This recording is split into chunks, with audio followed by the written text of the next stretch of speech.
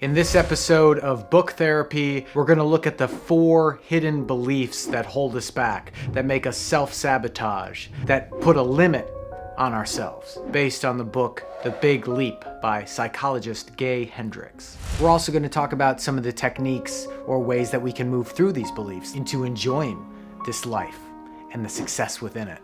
Let's get to it. So apparently most people suffer from at least one of these beliefs, many from 2 or 3 or all. These 4 hidden beliefs usually stem from childhood. And boy, do you feel them, whether you acknowledge it or not.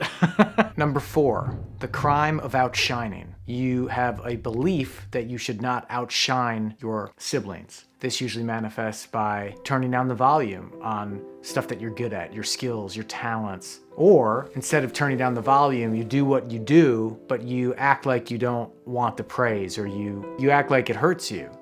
And it does. Dr. Hendricks says, if they can appear to be suffering, they can get empathy and sympathy from others instead of jealousy. I grew up the middle of 2 brothers, and we were very competitive. But we also, I feel like, kind of thrived on it and enjoyed it, mostly. So I suppose perhaps there is some competition between us. I feel that one maybe a little bit.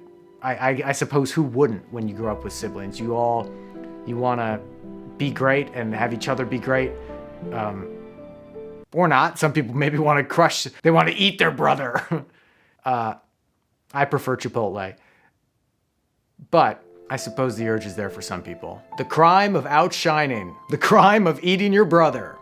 Number 3, more success equals more burden on others. This has to do with the more successful that you become, the more that your family has to deal with it. Like if you're really good at baseball and then they got to get you on a traveling team and do all this stuff, and they make you feel bad about it. So then later on in your life, you're like, well, if I do something great, my family's gonna feel bad about it. That one I don't relate to as much. I was very lucky with my parents and family supporting interests and endeavors, but I could see how this would stifle someone if they're finally excited to do something and then their family's like, well, now this is a problem.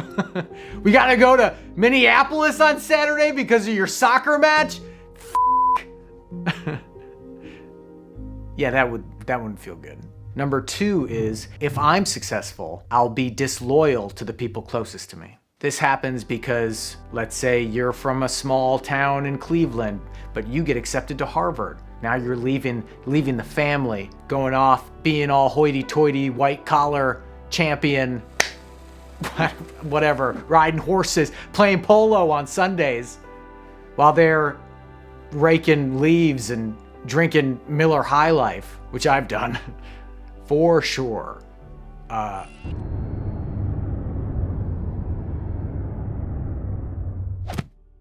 You feel like you're leaving these people behind, so you put a limit on that, so you don't make these people feel bad, and so you don't make yourself feel bad or disconnected. And for number 1, big daddy of them all, and the one that probably affects the most people, is that you believe that you are inherently flawed and that you don't deserve it. I've said in many videos, I feel like this is what my channel is about, that I feel like a monster. So this one, like a tractor beam, get. And that's why I wanted to make this video, because as I feel, and as he says, this is the one that affects the most people. And we don't really talk about it that much because it is such a deep cut. It's such a deep wound. But I feel like I'm inherently flawed and a monster. And I've talked about this before. When I was probably 10 years old and starting to go through puberty, I started to have all these thoughts, and everything exploded, and these thoughts were violent and sexual and just outlandish and wild. But I didn't talk to people about it. I just thought I was, no, God, Hannibal Lecter or something bad. I just thought I was crazy.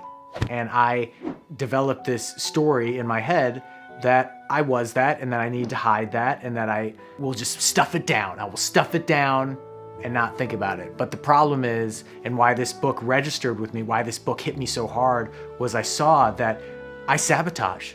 I let myself get to a certain level of success, and then I just bring myself back down because I feel like I don't deserve it. But this is a story. It's just a story that I've been telling myself since I was 10 years old. It's like the writer Mary Carr says, memories start flying at me like bats swooping out of the past. Caw-caw! Nope, that's a crow. But I still feel, and I'm working on this, like I only deserve up to a certain point.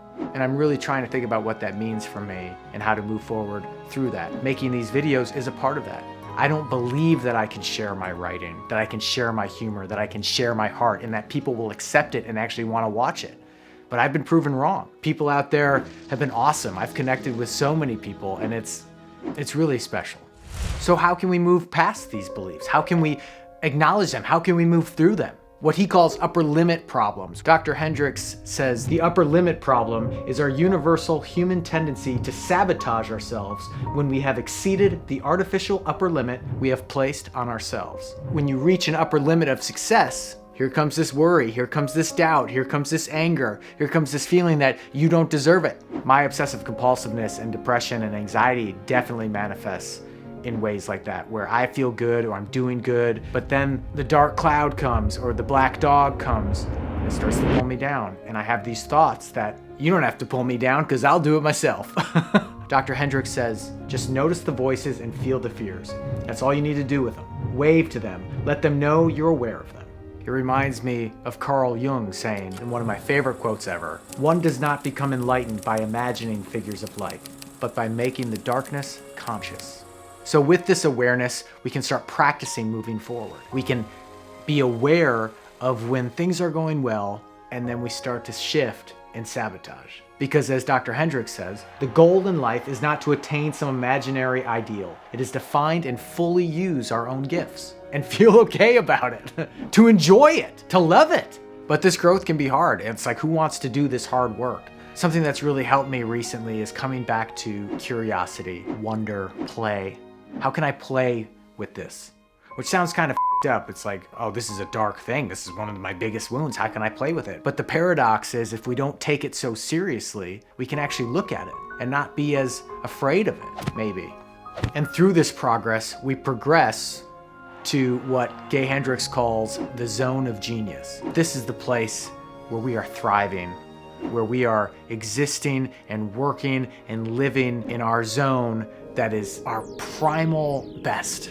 This is the zone where we are giving the best that we have to this world, to this experience, to this matrix. So maybe with this information, we give self-sabotage a break for a little bit. Maybe we give ourselves a little pat on the back and enjoy this life.